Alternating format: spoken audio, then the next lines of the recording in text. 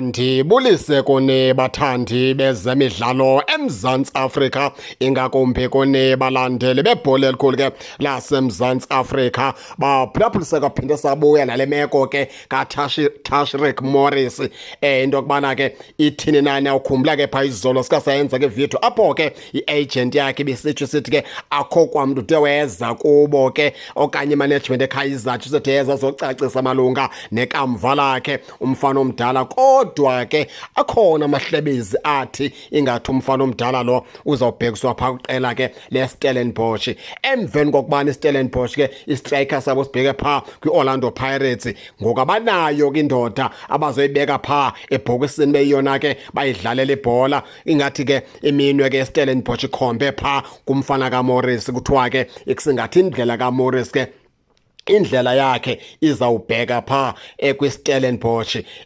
ngamahlebezi ke lawo ke baphulaphula ke sisazawuza ke nento engqingqwa nento eqinileyo, kodwa indlela yakhe uMorris ukubonakala ngathi ke izawubheka phaa kwelaa qela ke laseKapa leStellenbosch. Uba ke nyani ngenene nangenyaniso ezo ndaba ziye zanjalo zokubana ke uMorris abheke phaa kwiStellenbosch, loo nto ithetha ukuthi ke izawuvuleleka indawo kaMabasa phaa kwiKaizer Chiefs ke xa ephuma phaa kwiOrlando Pirates. Ithetha ukuthi ke wawuvuleleka abe nespace ke phaa kwiqela ke leKaizer Chiefs, asuke kuMabasa ayokhompyutha phaa noKhanyisa Mayo, ayokhompyutha phaa nale ndodanyana yakwa-Igadora, ayokhompyutha phaa noFlavio Silva. Ndicinga uba ke nango amadoda azofika khompyuthe nawo phaa lo mfana kaMabasa xa ebheka phaa kwiKaizer Chiefs. Kodwa yonke ke loo nto leyo ke baphulaphula ke Flex asiqiniseke into yokubana ke le move kaMorris ngenene nangenyaniso iyenzeka lena ibheka phaa kwiStellenbosch. Asizumdlala-dlala uMorris,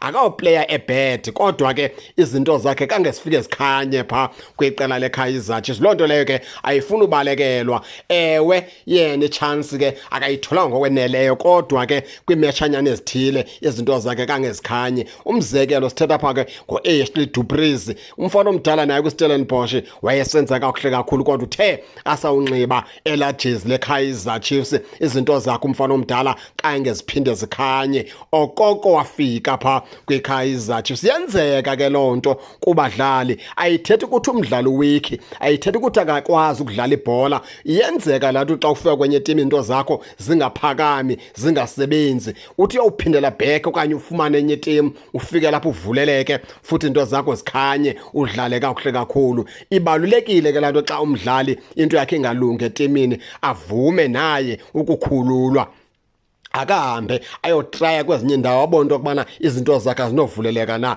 Hayi into yokubana ufuna ugcinwa ubopheleleke laa nto afuna ukwenziwa nguHappy Marshall, angafuni uphuma uKaizer Chiefs ke afuna ubopheleleka, ahlalele ukucula ukubiza ingoma phaa umfana omdala, ahlale estendini emveni koko iKaizer Chiefs apho ayisamsebenzisi, ayiqhubele ngokumsebenzisa. Lapho ke ngokuhamba iminyaka naye kwelinye icala kuyehla ukuzithemba, neminyaka imangi yamshiya. Kanti xa ubona into zakho uba azisebenzi, ayikusebenzeli, uyakwazi ucela uthi hayi kakhe nindilowune nindisena kwezinye timu mhlawumbi ke zawufike zikhanye. Ndithethela phi na? Ndithethela kule nto kaMorris. uMorris ayithethi ukuthi uyiplayer engadlaliyo, qha kusho ukuthi into zakhe kangezilunge phaa kwiKaizer Chiefs. Mhlawumbi phaa kwiStellenbosch zawufika into zakhe zikhanye. Maske silindeke siyiveke le nto ke kaMorris neStellenbosch uba iyawuphelela phi. Nani ke baphulaphuli ke khani ke ningene, kodwa ningakhohlwa usubscribe kule channel kuze ningaphoswa zezemidlalo endizanothulela zona kwixa elizayo kakuhle babukeli.